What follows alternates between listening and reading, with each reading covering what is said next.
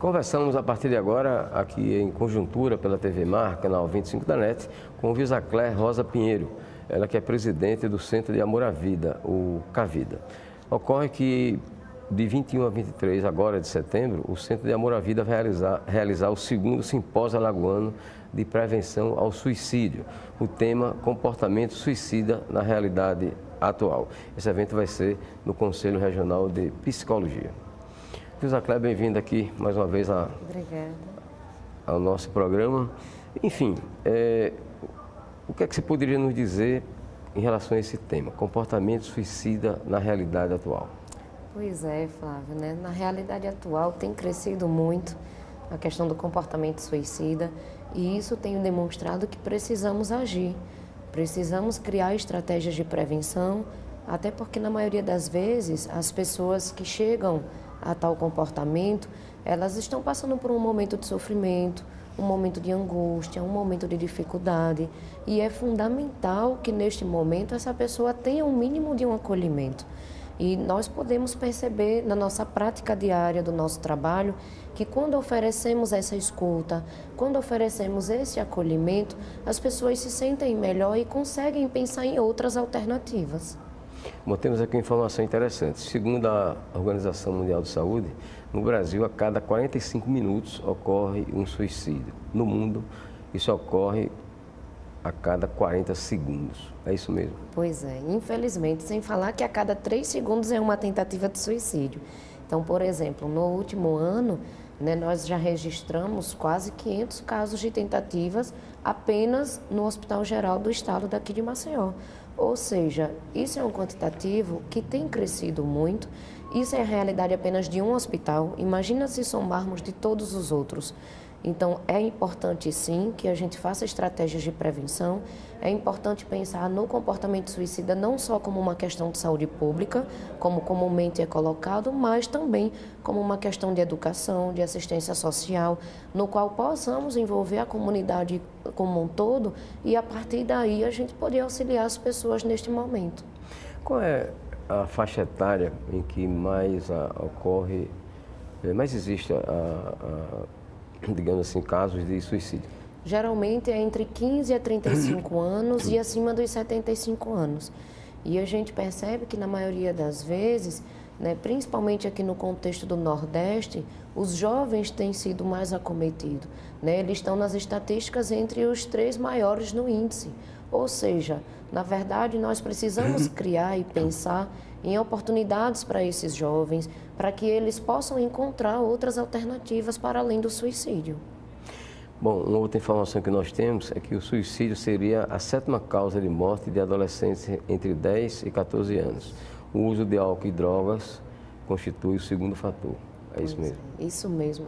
Infelizmente, Flávio, a gente percebe que cada vez mais cedo nós temos encontrado um quantitativo elevado de jovens, pré-adolescentes, porque na verdade 10 anos ainda é um pré-adolescente e que ele tem toda uma vida pela frente, mas que nesse momento, quando ele se depara com uma dificuldade, com uma angústia, com uma frustração, quando ele se percebe sem saída e sem alternativas, ele recorre à tentativa de suicídio achando que talvez isso venha a solucionar, onde na verdade isso pode trazer um problema ainda maior, porque já é comprovado que para os que ficam, no mínimo de 6 a 10 pessoas vão ser atingidas diretamente em aspectos sociais, em aspectos psicológicos, econômicos, enfim. Então, o suicídio, ele traz sérias consequências e por isso é importante que a gente crie essas estratégias para que a gente possa também estar discutindo, envolvendo profissionais, envolvendo pessoas que tenham interesse. Então, é fundamental que a gente possa unir forças para que a partir daí a gente desenvolva essas ações. Qual a sugestão de vocês para as famílias, em forma assim de prevenção, em forma de precaução? Sempre alertamos as famílias para que fiquem alerta. Geralmente as pessoas, os jovens, eles demonstram, e hoje em dia, principalmente nas redes sociais. Então, por exemplo, tem ferramentas no Facebook em que o jovem coloca como ele está se sentindo e muitos expressam que estão se sentindo angustiados, se sentindo tristes, Muitos verbalizam, demonstram que querem parar com a vida, que querem pôr fim ao que eles estão sentindo. E, na verdade, isso é negligenciado. As pessoas percebem estas publicações, não levam a sério, acham que é coisa de adolescente, acham que é besteira, que é piti. E, na verdade, isso não deixa de ser um pedido de ajuda. Porque a partir do momento que ele expressa numa rede social o que ele está sentindo, quem vê isso pode ajudar. Né? Alguém que percebe essa situação pode chegar junto, tentar conversar, mostrar para ele que ele não está só, mostrar para ele que existem outras alternativas além desta que ele vem pensando. Então, na verdade, o nosso trabalho não é chegar e dizer não faça isso, pelo contrário, é chegar junto dessa pessoa e fazê-la entender o porquê que ela pensa sobre isso, o porquê que ela deseja pôr fim à vida e, a partir daí, encontrar outras alternativas que são possíveis.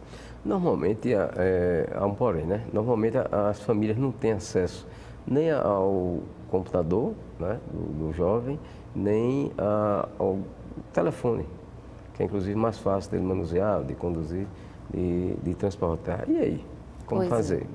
Na verdade, os pais precisam estar monitorando, né? A gente sempre recomenda que os pais estejam atentos a esse uso do celular, ao uso também dessas redes sociais. Não é à toa que hoje em dia nós temos desafios, né? Como nós temos aquela boneca Momo, dentre tantos outros, que vêm influenciando os jovens a virem a praticar tanto atos de autolesionar, de se machucar, como também de tentativas de suicídio. Então, a gente sempre alerta aos pais que fiquem atentos para que seus filhos, né, quando utilizar um celular, um computador, eles estejam próximos, né, eles conversem abertamente. Se eles suspeitarem de algo, não tenham receio em conversar sobre o tema e, se perceber qualquer sinal de risco, que busque ajuda, que busque os serviços. Hoje tem vários serviços, Flávio. Hoje não só tem o Cavida, né? O Cavida é só uma das oportunidades, mas nós temos hoje o CVV, que é um contato nacional, é um número 0800, no qual a pessoa liga 188 e ela vai ser acolhida por telefone naquele momento e receber uma orientação. Aqui em Maceió nós temos o projeto Acolha-me, em Arapiraca temos o projeto João Lucas. Então, na verdade, tem crescido também as ONGs e os trabalhos no sentido da prevenção. E para que as pessoas, né, ao identificar esses riscos, busquem um destes serviços. Bom, antes do programa você me falava que o Cavida tem cerca de 6 anos de atuação, não é isso? Ao longo desses 6 anos, vocês têm noção de quantos casos vocês conseguiram evitar? Sim, né? Na verdade, nós temos um resultado bem positivo, Flávio, porque nos últimos 6 anos nós já fizemos mais de 10 mil atendimentos e a gente não teve nenhum óbito até o momento. Tivemos apenas 2 casos em que tiveram tentativas de suicídio, porém não chegou ao óbito. E eram casos também que estavam no início do tratamento. Então, o nosso trabalho tem mostrado que é relevante, que é de utilidade pública, né? Já recebemos até premiações com relação ao que a gente vem desenvolvendo. Então, isso mostra que ter uma equipe preparada para poder lidar com essa questão e as pessoas tendo a informação que existe esse local, então, com certeza, a gente pode caminhar junto e encontrar alternativas para além do suicídio.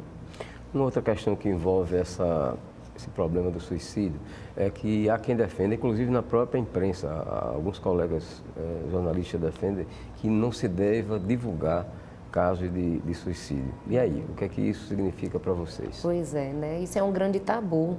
Na verdade, falar sobre suicídio, né, já é comprovado que é importante que se fale abertamente. Porém, tem que se ter o cuidado. Né? Hoje em dia, nós temos principalmente um manual que foi elaborado pela Associação Brasileira de Psiquiatria, direcionado aos profissionais, jornalistas, profissionais que lidam com a mídia de uma maneira geral, orientando como deve falar. E aí é fundamental que os profissionais tenham acesso, ele é gratuito, é só baixar pela internet. E eles vão ter recomendações. É importante que o suicídio ele não seja mostrado como algo glorioso, sabe?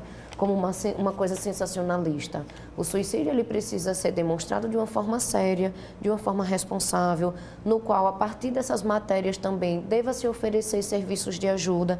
Então, essa matéria tem que ser de utilidade, como agora. Estamos aqui conversando abertamente sobre o tema, estamos oferecendo serviços de ajuda. Então, essa é a melhor maneira de se falar sobre o tema.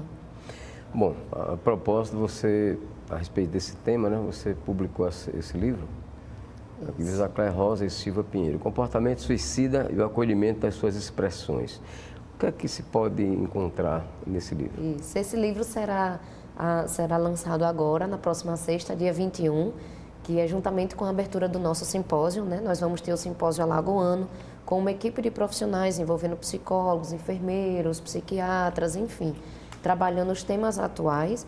E é importante também ressaltar que para as pessoas que tenham interesse em participar do evento, ainda temos vagas e pode se inscrever através do nosso site www.cavida.org.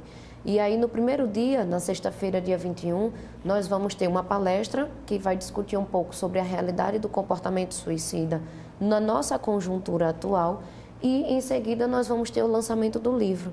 O livro, Flávio, na verdade, quando eu pensei sobre ele, né, eu me inquietei com algumas questões que eu vejo atualmente e algumas falas que se tem sobre.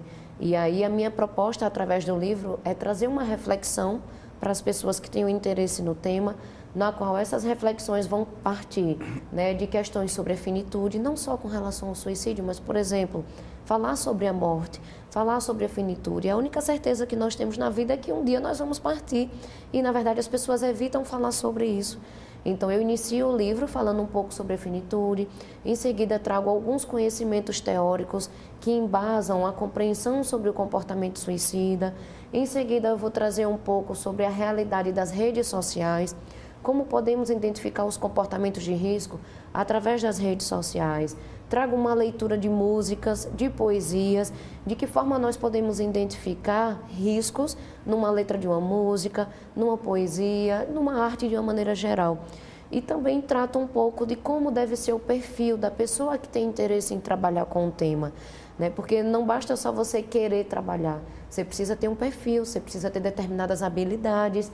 E, por fim, concluo o livro trazendo um pouco de que forma a gente deve trabalhar o tema, trazendo a didática do ensino, como a gente pode trabalhar, qual o público-alvo, como a gente deve planejar uma palestra, uma entrevista.